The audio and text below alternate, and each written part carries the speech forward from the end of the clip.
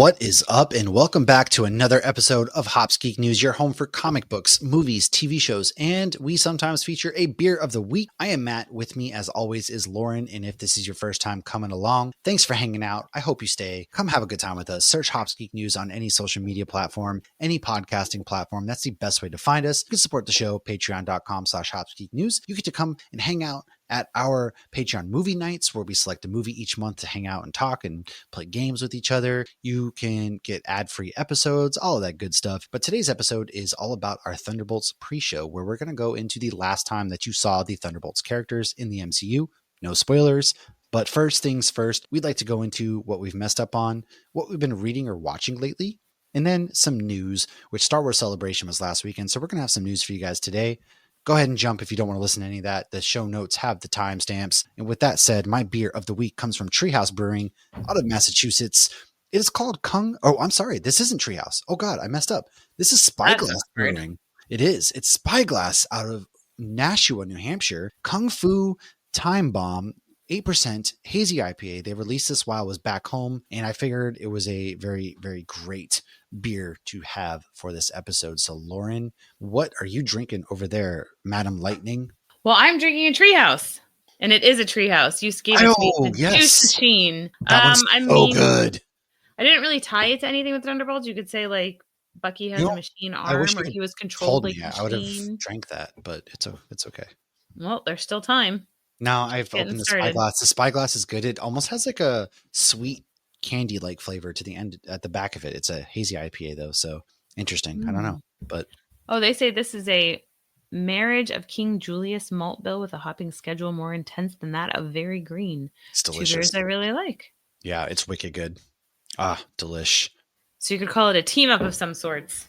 Ah, there you go. We got it together, but you know, we didn't mess up on anything last episode. If you ever find something that we mess up on, let us know. Drop our DMs. You can send us an email at hopsgeeknews@gmail.com. You can shout us out on social media, yell at us. I don't care what you do, man. If you find something, just let us know.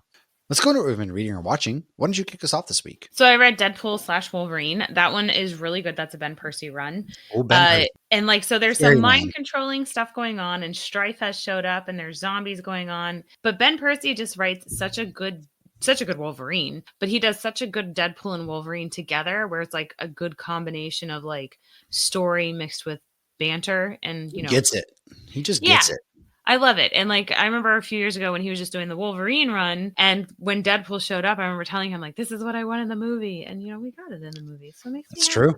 Ghost Machine dropped another Hornsby and Halo. So this one's getting much better. Like, I mean, it's been good from the beginning, but it's about, the kids that you have the angel child and the demon child, and, they're sent to Earth, and now they've just discovered what they are, but they're handling it as best that a couple of 12-year-olds would handle it. So it's really funny, but it's they're also opening up where the story is getting deeper, and it's getting more like they're going to different realms, and it's not just these kids on Earth that are like, what's happening to my body? So it's so much more than that.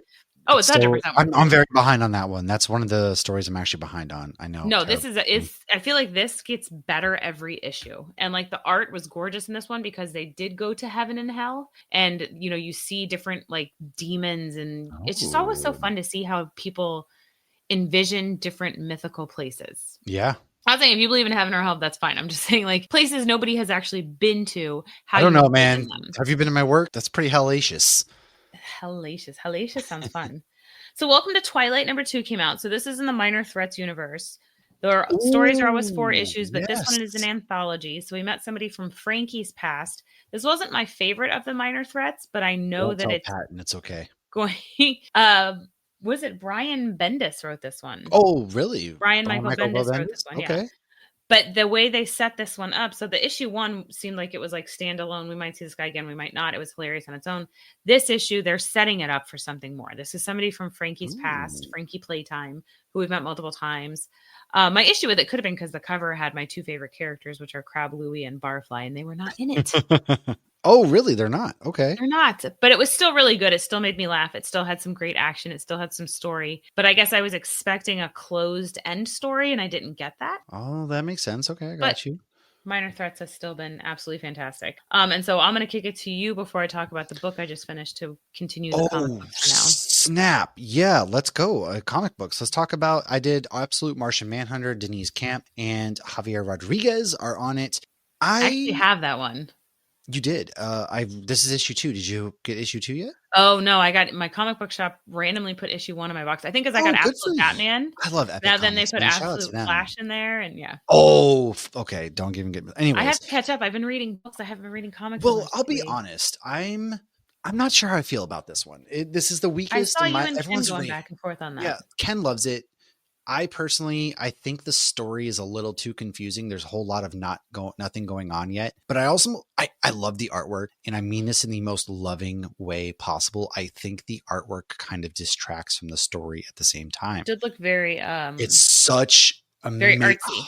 Javier absolutely kills it. But I think for me, it's too distracting from the actual story. So I'd be interested to hear what people think.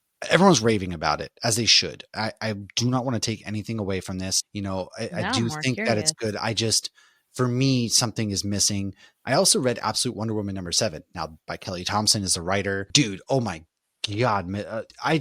This one is Hades and Persephone watching as Diana fights Chimera in a battle arena of sorts. And I love the amount of detail in the artwork. And more importantly, though, the things that Kelly is doing with Diana is just incredible. I love the subtle changes that they're doing, but the core of her character is there, and it's so, so damn good. I absolutely am loving Absolute Wonder Woman. That is a must grab. And then I read another DC, which was Peacemaker presents Eagly or Vigilante Eagly double feature. Excuse me, Jesus, mouth tongue twister. Issue #2. Now, the first part is by James Gunn's the overarching, story consultant, but you have Mitch Gerads. My God, I am so terrible. You were butchering his name when we interviewed him. I don't know why I want to keep saying. I know this man. We talk. It's Gerads. Oh my Lanta! I don't know what is wrong. Like, Mitch, get a better. We don't have those random words we can't say. Mitch, please get a better last name. Buddy, oh, poor Mitch. Your last name's fine. He's fine. You're good, sweetie. But Tim Seeley is on that one. Rex Ogle is another one. Mateo, I forget his last name off the top of my head because I didn't write it down. Anybody's name except but Pat Brossow. Anyways, though, this is fun. So the first half of the book is always about Vigilante. Peacemaker's missing. Vigilante's his best friend. I think it's tying into the show season. Yeah, I think it's tying because James Gunn's. I was wondering that. Are they going to make some of these canon or no? They're not going to do Star Wars. No, I think they might. I mean, that'll be something Marvel hasn't done. Well, actually, no. I think they are because they talked about how the comics and games and everything are going to be playing into it. So I think they will. But regardless, it's still really good. Like, I love the art differences. For example, John Calise, I think that's how you pronounce his last name. He also does some of the artwork, but Mitch, his artwork with Vigilante and the capturing of the spirit of Vigilante. And then we roll into Peacemaker and the League of Shadows are after him. And he's just trying to be on vacation. I'm really enjoying this comic. It's super fun, man. I think people need to pick this up. It's only going to be 5 issues. We're on issue 2 now. Pick that up. And then the last comic that I read is one that I think everybody needs to pick up.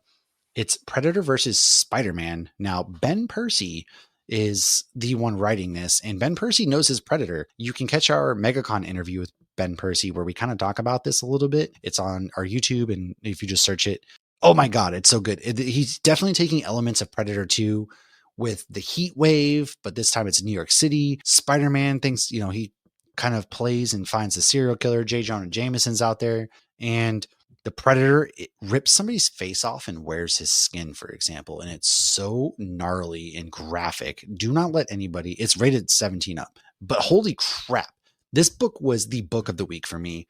Y'all got to read this. Damn. Read it. Yeah.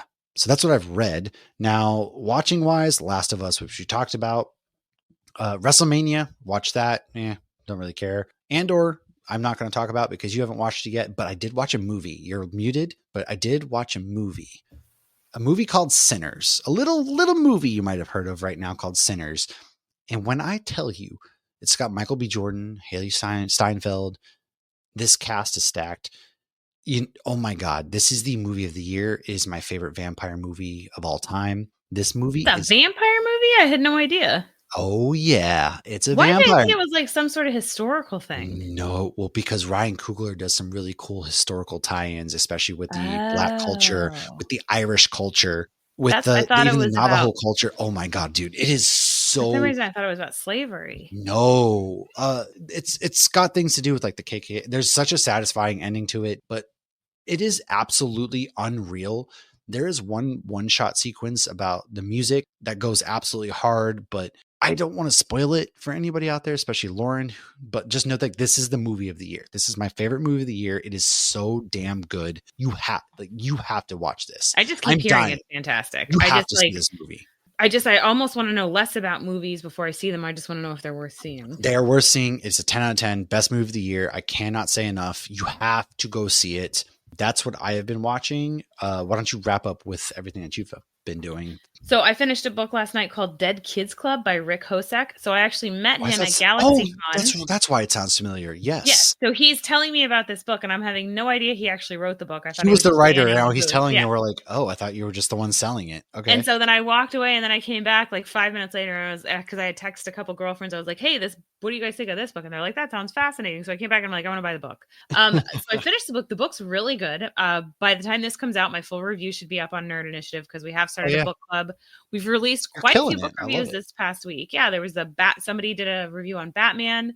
We had one on like how to be a dark. It wasn't Lord just Batman; it was the Batman trying. Resurrection that we talked with we didn't get to talk with the writer, but we did hear about it. It's in that universe of Michael Keaton's Batman. Yeah, and Batman Returns. Yeah, and so it's canon to that universe. So his full review's up there, and he did an interview with the author, whose name's escaping me, even though I'm going to be reading. We are terrible with names. My God, this is why nobody listens to us. Only we could Google while we were interviewing. Oh my God, if only. We were recording. Yeah, well, you're right. So why don't you look that up? Okay, while you do that, I'm going to finish talking about this movie, and I already found it. It is John Jackson Miller. It's John Jackson Miller. I found it. Duh. I knew it was 3 names. Silly goose. So I like reading these, like, because I'm going through like editing these reviews or just proofreading these reviews before I push them, and I'm like, I want to read this book. I want to read that book. So so Dead Kids Club. So what it's about is basically it's a group. It's like a support group for parents who have lost children, and some of these parents who have lost children lost them in a way that these people were being criminally negligent but got off. So like a drunk driver runs over your kid, but they get off because they're tied to the mob or because they know the local police or something like that, or they know the DA. Oh, we get some vigilante justice. So then some parents start to do some dextering, and it's very interesting because it's not just a simple like, oh, yay, kill the next bad guy. Yay. You know, obviously they want to get away with it. Obviously they're still dealing with the worst thing anybody could literally ever deal with. And so they're still processing that and grieving that. And like, nothing's going to bring their son back or any of these other children back. But there's a whole mob story going on at the same time, which I'm a sucker for a good mob story. So it was really cool to see these two things kind of intertwine and how they all connect. And sometimes when you're reading a book, it's almost like when you watch Seinfeld, you're like, how would that really all connect? But how many times in real life have you been like, how do you know that person? Oh my God, that's so funny that this happened. Well, like, it's crazy. You know, like I happened. ran into that person in Fort Lauderdale who I went to middle school with, for example. Exactly. Yeah. All right, crazy. Take it off just me. Nope. We're staring at you the rest of the episode. I don't want to do that. So that's what I've been reading and watching this week. On the last post, obviously we cover that. I did watch first episode of Andor. I watched Disney, like, dog. I can't be doing these 3 episodes at 9 p.m. on Eastern every week. I'm old. I'm tired. Okay. I struggled. I got through almost 2 episodes before falling asleep on the couch last night. Like, come on, man. Can we just do the weekly release? But whatever. Let's go into some news. We are going to dive into some news. So first, before we dive into Star Wars, there was a trailer for Wednesday. Now they're splitting it into over Wednesday. Are you still watching that show? I mean, I watched the first season. There's this, if you let me finish, geez, season 2, part 1 comes out August 6th and part 2 comes out in September because Netflix hates its subscribers. And rather than doing a weekly release, they're going to release things in parts, which is why I still haven't watched Cobra Kai, the 3 parts that they've released. And I think the part releases are garbage. So I have a lot of shows to finish. Oh, what else? Oh, Black Mirror is out. Did they release that in parts too? Because it's stupid. I did watch the weekly first one releases. Please, my gosh. I watched Love on the Spectrum season 3, by the way. Oh my God, I would die for Connor. If Connor and Georgie ever break up, to anybody who watched that show and knows what I'm talking about, if those two ever break up, I will kill myself. That Anyways, seems extreme. Let's go into the Star Wars news. Why don't you kick us off? What's happening on May the 4th? So this one we kind of That's a already cool popcorn bucket I got behind me. We already knew about this, Tales of the Underworld. I didn't realize it was called Tales of the Underworld, though. So that's the 6th Because you don't listen to me on or May the read 4th. anything I ever text you, apparently. Okay, that's fine. This is how I got to find out. This is how I got to find out. I'm old and I drink a lot of beer. I have a short-term memory. Okay. I'm in your comfort zone, so you just ignore me. And now I know how Josh feels. I get him. What'd you say? Exactly. So September 19th, there is a new Lego movie coming on Disney Plus. This is a Star Wars movie called Rebuild the Galaxy Pieces. Do you like the Star Wars? Do you like the Lego movies like this? The ones I've watched, I think were cute. I thought the Christmas one was really cute. I think they're fun to watch with the kids. Fair. I just, aside from the actual Lego movie or Lego Batman, I've never really gotten into these Lego shorts, even though I love Legos, as you can see.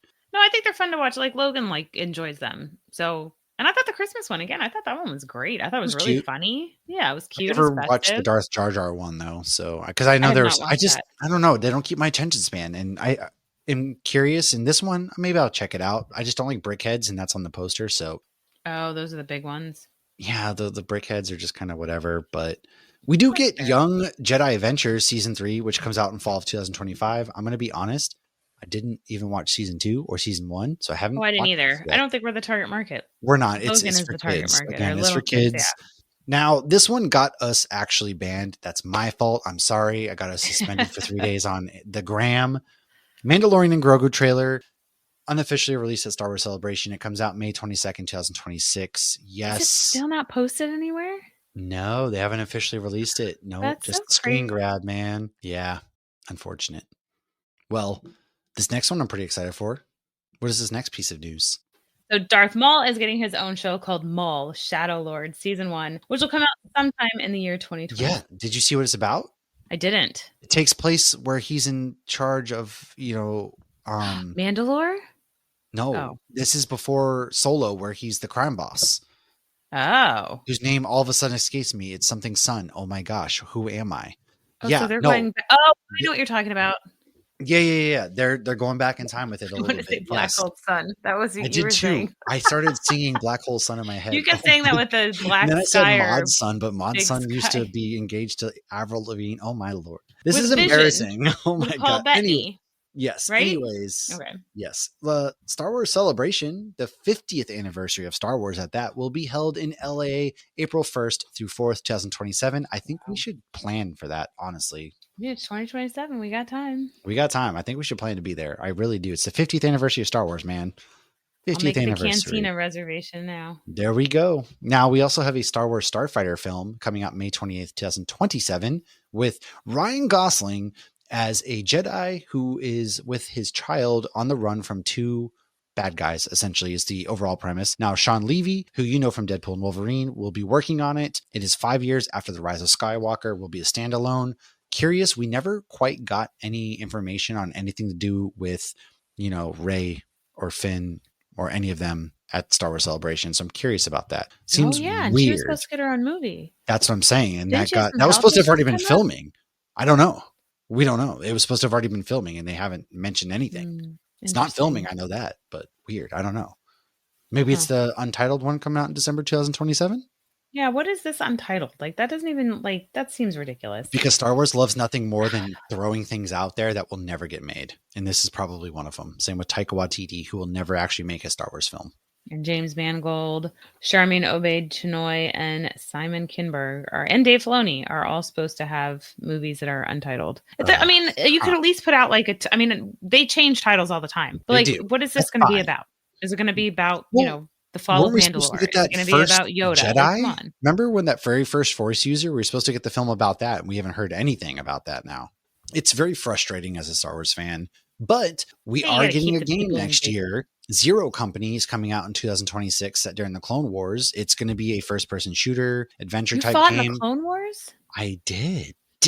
And this game comes out. I'm really excited for this, actually. I've been dying for another game where I get to play in the war, if you will. I wish they would do something with what's his face Cal Kestis. Like, when are they going to do something with him? We will lose half of our audience if I go into why Disney doesn't know what to do with Star Wars. I don't know why. As somebody who doesn't play the games and loves Cameron Monaghan, as somebody who really want that to happen, loves Star Wars, and there's so much out there that you can pull from, the fact that they keep announcing things with not a name and then they just disappear, it's so hard sometimes to be positive. But I love Star Wars so much. Like, Andor is so good, and Ahsoka season 2 is starting to film. And speaking of Ahsoka season 2, Admiral Akbar is going to be coming back and is going to go head to head with Thrawn, for example.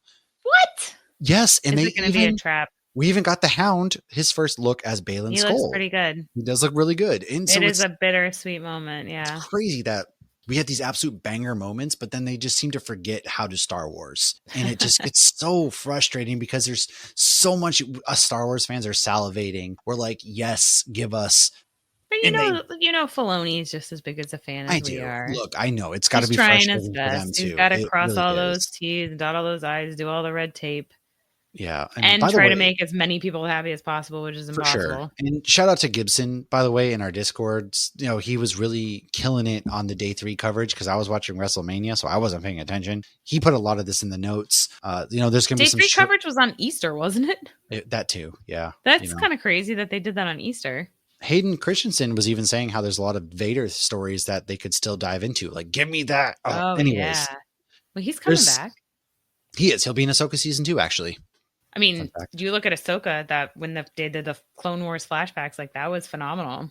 It was. Oh my gosh, some of the best moments from that show. Now, there are some shorts that are coming out. So Star Wars Visions is getting another season, but there's going to be some shorts titled The Bounty Hunters. So the first one's going to be called The Song of Four Wings, The Bird of Paradise, and Black for Visions Volume 3. It premieres in October. Now, while Volume 2 is experimenting with different art styles worldwide, Volume 3 is going to be a return to the Japanese anime styles, with 3 studios returning from Volume 1. One of the shorts will be a sequel to the first Vision short, The Duel, entitled The Duel Payback. Ooh. Also, the studio that made The Village Bride will make a short called The Lost Ones. And Production IG, which created Gibson's personal favorite short, The Ninth Jedi, will be making a sequel to that short called The Ninth Jedi, Child of Hope. So, say the Ninth Jedi. Very original. You don't watch these though, do you? I did. I thought they were good. You know, I thought, now they're not anime like you would think traditional anime. They're very artistic. And are they canon? Nobody knows. I don't know. And that could even change. Gotcha. All right. What were you saying before I cut you off? No, I was just saying they're very good. I do like them. And again, shout out to Gibson. That's kind of what I got on news and Star Wars this week. Do you have anything to add before we go into our main topic? Don't believe so. I'm ready to talk some Thunderbolts because I rewatched some movies and I did a lot of work on this and I'm very excited. I did nothing and Lauren did it all. So here we go as we dive into now we'll have to edit it. The Thunderbolts Pre-Show. We'll be back in just a second. All right, we're back. We're going to try to keep this chronological. So Valentina Allegra de Fontaine will be sprinkled throughout. You can call her Val, but don't call her Val. Only her friends call her Val. Now, why don't you kick us off here? Take us away, because you did the heavy lifting this week. So 3 of our, I was going to say 3 of our Guardians. 3 of our Thunderbolts are Yelena Belova, Alexei, a.k.a. Red Guardian, and Antonia, a.k.a. Taskmaster. All 3 of these Taskmaster, who's certainly set up for death because she's in none of the marketing. Every time I hear her name, she's not even on the red carpet. I always want to sing the track, Master. What means the world to me? Snap and bras, menage a trois. What? So all 3 of these characters were introduced in Black Widow in 2021. I think you're just too young. However, this movie primarily takes place in 2016, right after Civil War. So here is a recap of Black Widow. If you were to watch one movie before this, I would recommend watching Black Widow. Honestly, Black Widow would be the best because that's... And then I would honestly watch the opening sequence. Well, not the opening sequence, but Yelena, her introduction, what happened to her during the blip in Hawkeye. Yes, we have that. We have that in here. Oh, sorry. Of course, I didn't read the prompter. See what happens when I try to go off script. It's okay. We'll get there. So this movie starts in 1995. We see a 6-year-old Yelena with her big sister Natasha, along with Melina and Red Guardian. They are pretending to be a family in Ohio as they steal secrets from S.H.I.E.L.D., who was actually Hydra then. It was information about mind control in the Winter Soldier program. So as the 3-year mission ends, Red Guardian is sent to prison. The girls get sent to the Black Widow Red Room, and Melina goes and does some mind control research on some pigs for Dreykov. And that is the not very nice guy, very evil dude who runs the Black Widow Red Room and controls and kills girls worldwide. So now we're in present day. Natasha is running away from General Ross for violating the Sokovia Accords in Civil War. While hiding, the guy helping her delivers mail from a safe house in Budapest, or Budapest, as she would say. Where her and Clint shared some very different memories. So in the mail is a red gas and a picture of Nat with her long-lost little sister, Yelena. Suddenly, Taskmaster shows up, but she's not after Nat. She's after the gas because she is being controlled by Dreykov, and the gas can stop that control. Yelena has been being controlled and was given the gas, which is why she sent it to Nat. She thought an Avenger could help and free the Black Widows. She even says to Nat at some point, like, I kept expecting to see Captain America on the news freeing the Red Room, and Natasha thought the Red Room was gone. She didn't know it was still there. Eventually, Nat and Yelena find each other in Budapest, and they avoid Taskmaster because they're super awesome. Then they decide they have to find the Red Room and stop all of this. So they break Alexei out of prison, thinking he might know where it is, and then the three of them go and find Milena. I love him, man. And they have a family reunion because he says, I bet Mom will know where the Red Room is. Melina called Dreykov, and she's like, hey, they're here. But she immediately regrets that, and they devise a plan to take care of the Red Room from the inside. Because you even see, like, Melina had kept, like, the fake family photos, and, like, you know, there was a part of her in that 3 years she was genuinely enjoying being their mom. They were spies, and then they had the whole sequence in the beginning where they're getting away on the plane and stuff like that. And it was heartbreaking, yeah. I think that while it came out in the wrong time, perhaps we judged Black Widow a little too harshly. I thought Black Widow was fantastic. I really liked it. I think perhaps that movie is going to be revisited fondly as we get more Yelena and Red Guardian. I mean, because it just came out at a wrong time. Like, Natasha was already dead after, Endgame. Yeah. And it felt very phase 2, which was fine. And then it also came out during COVID. It was one of the first movies to get put on streaming, direct to streaming. But for all of its faults, Taskmaster. No, it was in the theater too. I saw it in the theater. Oh yeah, but you could buy it for like $30. Yes, that's right. That's when because that was with the lawsuit. The next movie, Encanto, right after my kids decided to buy against my knowledge, and we were actually recording when I found out that purchase got made. But yeah, I remember. I think I had a mask on watching Black Widow. But we actually saw it in 4D. It was my first 4D movie. Oh man, so if I don't get lit on fire at the Revenge of the Sith, there's no 4D near me, but if I had a 4D theater near me, and if I didn't get lit on fire when Anakin gets his limbs cut off, I want my money back, dude. Anyways, I'll let you know because I'm going to try to go. If I watch a 4DX movie with Doctor Doom and he doesn't snap me out of existence. Deadpool and Wolverine was too much in 4D because all that like shaking the chairs. Oh, we watched Shang-Chi in 4D and it's constant like, oh my gosh, I can't watch superhero movies in 4D. I don't recommend it, but it is too much. But I do want to see Revenge of the Sith in 4D. But okay, so Natasha always thought that she had killed both Dreykov and his daughter, but she learned she did not. And the daughter is actually a weaponized Black Widow who can mimic other people's fighting. And this is Taskmaster. So you can see she actually fights like Natasha, which I love when Natasha does the leg thing and pulls people down because she's little, but she's using their weight against them. That's smart fighting, man. Yeah.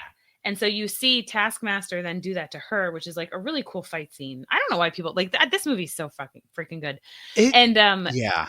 I think you're right though too. I think now that people are going to see like these characters are still moving on, they might go back and realize fondly. Right. It wasn't just a Black Widow movie. It was a Yelena origin movie. It was a Red Guardian origin movie. Okay. So she has the shield that she uses like Cap uses. She's shooting arrows like Hawkeye. Well, because Taskmaster's abilities are copying the moveset of the person that they're fighting. Yeah. She's a mimic, and she's programmed to mimic how you're fighting. So after a lot of fighting and coordinating, the whole place, the Red Room, comes crashing down because it was actually in the sky, and they all managed to survive miraculously. That's right. I forgot it was in the sky. That's a silly part to me. Right. Whatever. Everything's kind of like coming down, Red Guardian even apologizes to the girls for the way that they were treated because he was like eager to get back to being Red Guardian, and they were like, Yelena's like, she was 3 when they adopted her and 6 when she gets sent to the Red Room, so that was the only family she ever knew. Yeah. So the red gas is dispersed and many of the Black Widows are freed, including Taskmaster, aka Antonia. Once her mind is free, she immediately asks if he's gone, referring to her father, who is Dreykov, who Yelena definitely did explode. It looks like she's sacrificing herself. You see Dreykov explode for real this time. And of course, Natasha then goes and saves Yelena. General Ross I was going to say, this is the last time we saw General Ross, which is pretty sad because William Hurt looked rough. Poor guy. I mean, obviously Was we it know the last time we why. saw him? It Yeah. was. It was. Yeah, She even this is makes the a last time we saw comment him. about his health, which they tied into Captain America: Brave New They World. did. It was all clever, but at the same time, like William Hurt was looking Was pretty actually bad, sick and too. Yeah. it's always sad, Yeah, It that it is sad. is. Especially because he started so early in the MCU and Yeah, he didn't get to finish it. I mean, Harrison Ford did a beautiful job as he Red was in the Hulk, really but it was underrated sad. Hulk Yeah. movies. Yeah, Movie. I agree. Anyways, But yeah, so he gets alerted to the explosion. He comes looking for Natasha. So of course she dips out alone. As all the widows, Yelena and Melina, Alexei, and Taskmaster all get onto a plane together with a mission to free all the other yes. widows around the world. Before parting ways, Natasha and Yelena do their little whistle thing to each other. The whatever it I is. was smoking weed, but that's what they did. But that's relevant later on in Hawkeye. So now this is the very last time we have seen Red Guardian, other than What If, but that's a different universe, Yeah. and Taskmaster as they leave together. But we'll get to more I'm very on curious Yelena on that one. They left together, so I'm curious. if they continue to work together. We should find Well, out. yeah, I'm very curious. Hopefully we do. So take us to because what? take us to we're good. We're gonna go to Yelena. We saw Yelena in a flashback in Hawkeye that takes place in 2018. She's trying to free a widow who was already free, had a family and everything. Good for her. Now she goes to the bathroom, and that's that really crazy sequence where she basically blinks and she comes back, and she's still in the bathroom.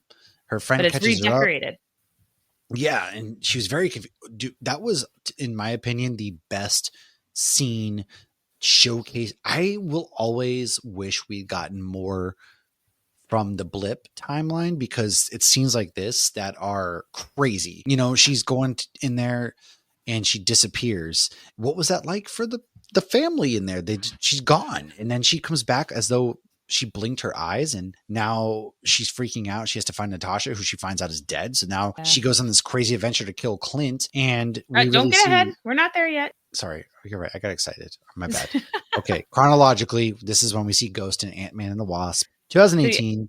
This is a movie that takes place before the blip. However, the end credit scene takes place at the exact moment the blip occurs. So Ava's dad worked with Hank Pym. Hank, of course, said that he stole his work, but we know Hank doesn't really work well with others. And while working, an explosion was about to happen. Ava's dad told her mom and her to run, but Ava instead ran to her dad. The explosion killed both of her parents and left her with an uncontrollable phasing ability. Basically, the cells in her body and constantly ripping apart and put back together. So she's in pain constantly, and hence the name Ghost, because she's able to poof back and forth. Now, Bill, who is Hank's other former friend and partner, tries to help Ava. Now, this is Lawrence Fishburne, if you remember, and really cares for her. However, at the same time, I thought you said Lawrence Fishburne. I'm like, my Fishburne? No. Lawrence Fishburne, the actor. Lawrence yes, it is Fishburne. Him. Correct. Oh my God. Morpheus, man.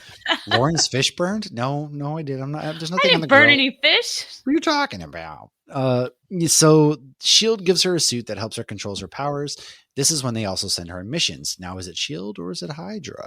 To stop the pain, Ava needs quantum energy. So if Hank can pull Janet from the quantum realm, which is basically what this entire movie is about, we know that Janet got sent there. Hank is trying to get her back. Then Ava can then suck that energy to stop the pain. However, Hank and Bill worry that will kill Janet. Ava then manages to steal the lab, which has been shrunk, and multiple people are trying to steal it in a fun pursuit through San Francisco. The suit and Ava's chamber help pain, but they're not helping as much as they used to. She only has a few weeks left to live. She is so desperate. My God, I can talk. She suggests kidnapping Scott's daughter, Cassie Lang. Bill puts his foot down, says, We are not touching that child. No, we don't kidnap. All right. No, Hank, Hope, and Scott then find Bill and Ava at Hank's lab. They stop them. Hank promises her that he will find a cure after he rescues Janet from the quantum realm. And inside the lab, he enters the quantum realm. Meanwhile, outside, there is some more fighting, some more chasing. Walter Goggins as Sonny is involved. So is Sweet Jimmy. Woo! Everybody wants the lab. I forgot Walter Goggins. Walter Goggins. He's everywhere now. You can't escape Walter Goggins. Walton Goggins. Jeez. Apparently you can. They escaped him. They did. They managed. Ava gets the remote from the lab from Luis right as Janet and Hank reunite. They are ready to come home. Aww. Ava is still on a mission as Bill tells her to stop because she may kill Janet. She's not listening at all. She knocks Bill out. She starts taking that sweet, sweet quantum energy. And at that point, she's ready to fight. Yeah. Janet's feeling the whole thing. Scott manages to stop Ava. A family reunion happens with Hope and her parents. Hooray! Woohoo! Ghost is still amped up and ready to tussle, if you will. Janet lays her hands on her, stops her pain with her glowing quantum energy hands. Bill's trying to help Ava and is told by her to leave. She hurt people and he didn't, so he should leave her to avoid any trouble. He refuses. Boom, the end. However, it's not the end. Oh, wait, because there's more. The end credit scene where Hank, Janet, and Hope, while Scott is going into the quantum realm, Scott gets stuck. He doesn't get snapped. He's stuck there for 5 hours to him, but it's 5 years in real life because they were going to get quantum healing particles for Ghost. Dun, dun, dun. Are we going to get an explanation on that? I forgot that was why he was in the quantum realm. They went to help Ghost and he just... Healing powers. They say we're going to get quantum healing powers for our friend Ghost. Did Ghost get snapped? But then he comes back and fights Thanos, and does he help Ghost again? I don't know. I'm sure we'll find out. We got to find out in Thunderbolts, Are we? I hope right? so. How long did the quantum energy that Janet gave her last? Has she been in pain? Maybe she did snap. I guess we'll find out. Close. Maybe she did. I guess hopefully we will. I don't know. That's a very good question. She was stable when Janet helped her, but I didn't remember that's why he was there. So then I was like, oh my goodness, she is responsible. They just kind of forgot that Scott was supposed to help. The Rat was responsible for bringing everybody back because the Rat accidentally got Scott back, and then Scott thought about quantum time jumping. Ant-Man saved the universe. Okay, I will hear nothing. Ant-Man, a rat, and Ghost being in pain, and the Hulk. He helped. The Hulk snapped. He did the least bit possible for the Hulk. No, he helped figure out the time travel. Remember, he's like, "This. I'm counting this as an absolute success. Time travel." He was the one that did, Paul Rudd. Ant-Man, Scott, was smart enough to understand what needed to be done, but he didn't have the level of education to implement it, whereas Hulk did, or Bruce did. Yeah. So It was a collaborative effort. You know what? Fine. Ant-Man still did it. Why don't you take us into John Walker, a.k.a. the U.S. Agent? All right. So we recently recapped all of this in our Falcon and Winter episode that we got ready for Captain America that came out in 2021, which is where John Walker was introduced and the last time he's been seen. The government is trying to make him the new Captain America. He's a condensed version of his... So this is a condensed version of his rise and fall on that show because we did just do a whole thing. He is in What If, but again, different multiverse. So John Walker, a.k.a. the fake Captain America, and his BFF Lamar are sent to help Sam and Bucky find the Flag Smashers. They are very helpful, but Sam and Bucky do not like them. In fact, oh my gosh, I just brain farted on Lamar's name. He Battlestar. Is it Battlestar? Battlestruck? Battlestar. Battle something, yeah. I think it's Battlestar. And Lamar tells Bucky his name and he's like, stop the car. So John is a major D-bag and gets all upset when he gets his ass kicked by some non-super soldier Dora Milaje. I think his little ego was hurt because he got beat up by some girls. So eventually they find Carly, who very negligently kills Lamar. And because she Flag Smashers were on some stuff. But yeah, she was on the super soldier serum. John finds one of the vials and takes it himself. He then murders one of her goons in front of a crowd and instantly changes the Captain America shield from a symbol of freedom and hope to an actual murder weapon in front of a whole bunch of people. It was kind of a gnarly scene, man. He wants to do good so badly, but the government tosses him aside, and the dude has PTSD. He needs a therapist. Clearly. And maybe he got the same therapist as Bucky. That'd be nice. Maybe. Be a fun callback. Have her show up. That John Walker is sympathetic in those regards. Yes. And so he does have a redemption arc. So Bucky and Sam corner Walker, and the three of them actually go at it, and not in the fun way. Eventually, Sam and Bucky pry the shield off Walker by breaking his arm, which is gross. And they pry the shield off, yeah. And Bucky gives Sam a look as he tosses the shield at him like, you better not give this up again. Captain America killing someone internationally, Captain America with quotes, because it's, John Walker's not Captain America. Captain America, in quotes, killing someone internationally in front of a crowd has made it so the U.S. military no longer has jurisdiction over this matter. And Walker is stripped of all titles and benefits. Now, enter Valentino Allegra de Fontaine. You can call her Val, but don't call her Val. She will be in touch as she hands Walker a card with nothing on it. Walker makes his own piece of crap shield and he wants to go after Carly, but he ends up doing the right thing at the end of the day and helping Bucky and Sam save some hostages and arrest some flag smashers. However, some of them end up going whatever anyways because Zemo's butler blows them up.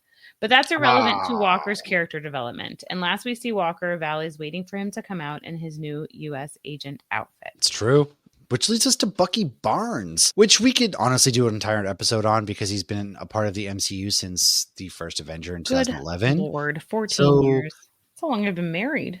Oh my God, I hit 10 years tomorrow. Yay. Now, we're going to give you clip notes. Very, very simplistic. Sergeant James Bucky Buchanan Barnes is Steve Rogers' best friend for life. He's missing in action while some World War II shenanigans.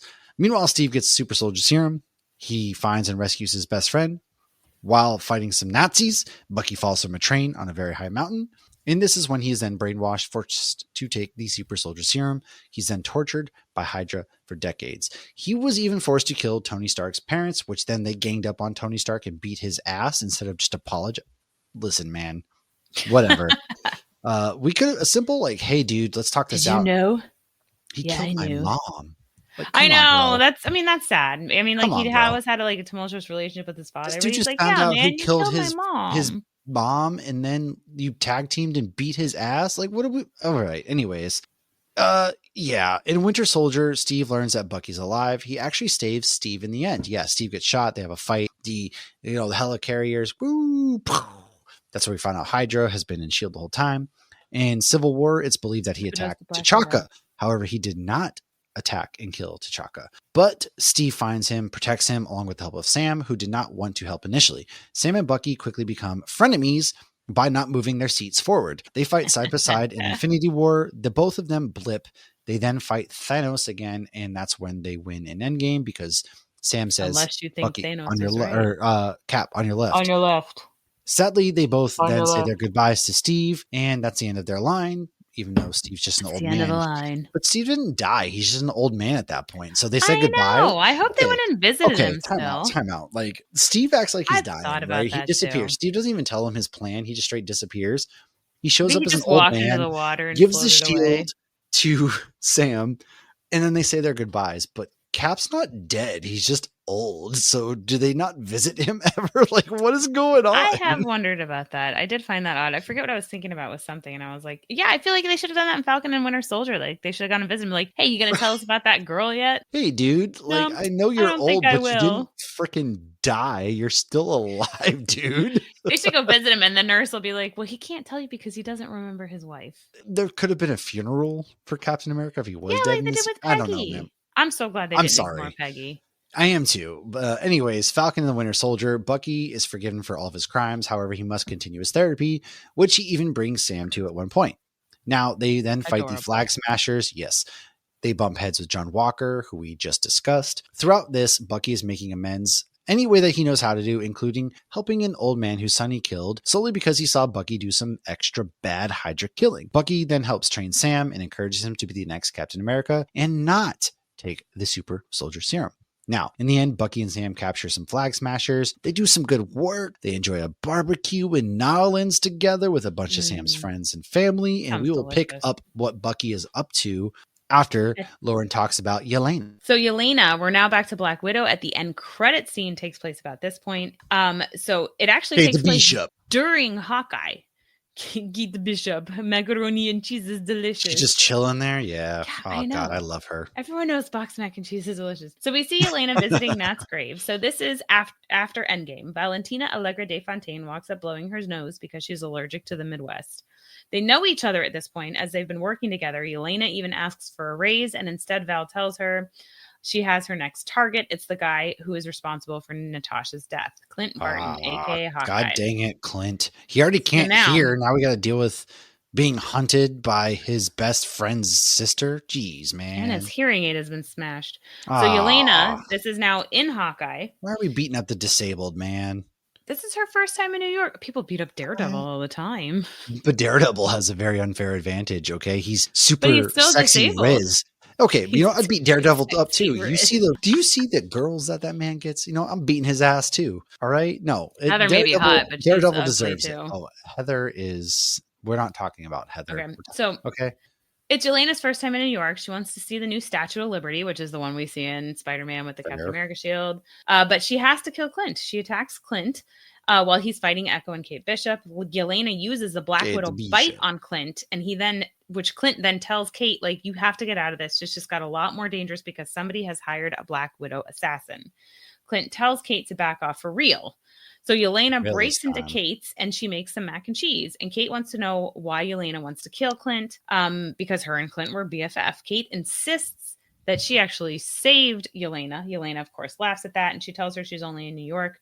Or Clint is only in New York to save his reputation, which there is truth to that. Because he did some evil stuff as Ronin. So he really is just trying to cover up his tracks as Ronin. I still would have loved to gotten some of the Ronin, whatever. I feel like that's not done, especially with the fact that we learned that his wife was Mockingbird, even though if you make there's still so much canon, you have more than one Mockingbird. But okay. So she still thinks Natasha is only dead because. So Yelena's not entirely wrong. Clint really is trying to protect his reputation, like I just said.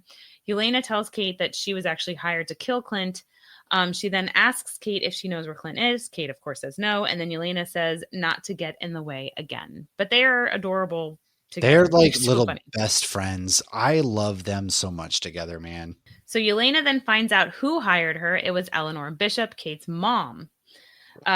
She actually lets Kate know and sends her a text because she's like, I thought you deserved to know who hired me. Side note, Clint was hired to kill Echo's dad, who was hired by Kingpin, who was working with Eleanor Bishop, just to refresh your recollection. You know, you can't trust anybody in this universe, okay? You really can't. You really can't. You think you know a guy. You think you know a guy. And then they put a hit on you. So while Clint and Kate are doing some undercover stuff at a Christmas party, Yelena shows up to kill Clint. Kate keeps trying to stop her. She even pushes all the elevators. I love that elevator sequence. Buddy the Elf style. That had to have been a nod to Buddy the Elf, right? It's Christmas Eve.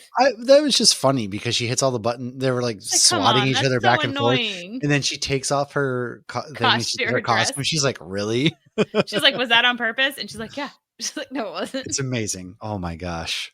So after an adorable and badass fight, Yelena eventually gets a hold of Clint in front of the Rockefeller Christmas tree as he's handling the last of the Trusted Bros. Remember they shrink the little car and the owl takes it off? The Tracksuit Mafia. Yes. Yeah. Which I think that one dude in Daredevil he was Tracksuit Mafia. Yes, the Mafia. Yes. Okay. But he didn't even give us a bro. We didn't talk about that. Yeah. No, he didn't even give us a bro. So Yelena tackles Clint and says before she kills him, she needs to know what happened. Clint tells her it's nice to finally meet her and then proceeds to tell her she'd never believe what actually happened, but that Natasha sacrificed herself to save the world. As they fight, Clint just defensively fights. As Yelena goes to shoot him, he does the whistle that I definitely cannot do, that I tried to do before, that her and Nat used to do when they were little. He then proceeds to tell her how Nat used to talk about her all the time. Yelena and Clint then have a very dramatic moment where Natasha was kind of honored and mourned for the first real time in the MCU. Yelena helps Clint up and just walks away. And that's actually the last time we have seen her. So why don't you wrap us up with a little more Val and a little more Bucky? Yeah. So we do see Val in Black Panther Wakanda Forever. Now, she shows up after the Wakandans and the Atlanteans fought near MIT and then kidnaps both Riri and Shuri. Everett Ross, who, you know, Shuri's favorite colonizer, played by Bilbo Baggins himself. Played by Martin Freeman. That's my uncle. He's Bilbo. Anyways, stayed in contact with the Wakandans and he told them about Riri building a machine that can locate vibranium. He's also at the scene after everything goes down. We learn the two of them were married and she is wondering how they could have known about Riri.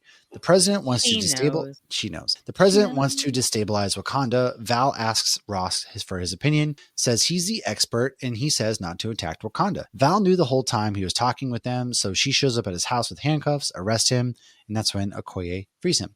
So that's kind of what we do see her show up at the very end of that movie. The post-credit scene is her showing up at Natasha's grave with Yelena. But that happened before during Hawkeye. So Wakanda Forever happened after this. So we already talked about all these timelines get crazy. My bad. Anyways, Bucky Barnes. I did it in chronological order. Oh, God, you're better than me. The last place we saw Bucky was in Captain America New World Order, where he was trying to become a congressman. So the new Dun, dun, Falcon dun. gets badly injured. Sam is at the hospital and worried about him. And while watching Falcon's surgery, Bucky shows up. He's in a suit. They hug. They have a really cute bro moment. And Bucky's attire is due to the fact that he's running for Congress and has to go to a campaign fundraiser. So I'm very curious how that plays out if now he's back to doing Avenger stuff. Guessing he didn't win. And is Valentina a bad guy? Valentina Allegra de Fontaine? Well, in this universe, because in the she's- comics, yes, but in this universe, she's not a good guy. she's Come not on, the bad. man. She's not the bad guy. She arrested bad guy. everyone's favorite colonizer. Like, he's a I good know. dude. I guess I'm just kind of confused on her stance on. She's gonna be that villain you love to hate. She's fun. She's in it I for do herself. love her. I do. She even I do. okay. So Martin Freeman or Everett Ross even says to her, Yeah. "Could you imagine what America would have done if they got all that of vibranium?" Like, thinking like how Oh my god. powerful. Well, we and almost mean they found would out be. in And she's Captain like, America with I the. dream about it all the time. Wait, with the adamantium. Oh yeah. Oh god. Yeah, dude, I'm excited for this movie. They've marketed it extremely well. It looks so good. The early reactions are really good. And I'm curious, this is really the first movie since they've recourse corrected to see where things go. So I'm super pumped. And it should be tying all the movies and shows we just went through, like, it should be tying all that together. It should. Yeah, 100%. And I guess we'll see. We'll find out this coming week. Time will tell. But that's a wrap, man. Enjoy the movie. If you've seen spoilers, don't spoil it for people. Don't be that guy. Don't be a dick. Rule number 1. And let us know what you're most excited about because, dude, it's already May. So it's going to be May. We have Thunderbolts. Well, it should be April today. It's almost May. Well, May 2nd is when the movie officially comes out. So right. May 2nd. And then June, we got some Jurassic Park. Okay, whatever. Yeah, but Ironheart's supposed to come out in June. Yeah. And then we have July 11th is Superman. July 25th is Fantastic Four. In August is Peacemaker. So us nerds are really, really doing well right now. We need to start stretching to start dancing to Peacemaker again. Oh yeah, we do. We got to relearn the dance. We got to relearn it all. I can't remember. I don't even know. I wonder if they'll do it. They got to keep that opener. They have to, man. The opener was a freaking banger. But yeah, I have no idea. That's all we have for this, though. Let us know what you think about the Thunderbolts, what you're excited for, maybe some comics you're reading, what we might have messed up on, what we left out. Shout out to our Patreons for supporting the show.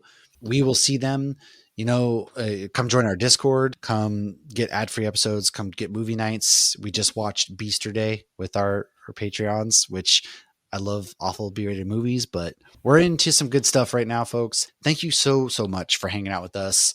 We will see you guys on Wednesday, where we talk with Zach Kaplan. And then next week actually starts our Star Wars month with some Revenge of the Sith tied in with the end of Clone Wars because Revenge of the Sith hit theaters for its 20th anniversary. My personal favorite Star Wars film. You look like you wanted to say something. No, I was going to start singing Star Wars, but I stopped. The Empire's in turmoil. Some of the Star Wars stuff is really starting to feel too real life to me. Can we calm it down a little bit, please, guys? Thanks. But we'll see you guys next time. May the Force be with you all. And cheers.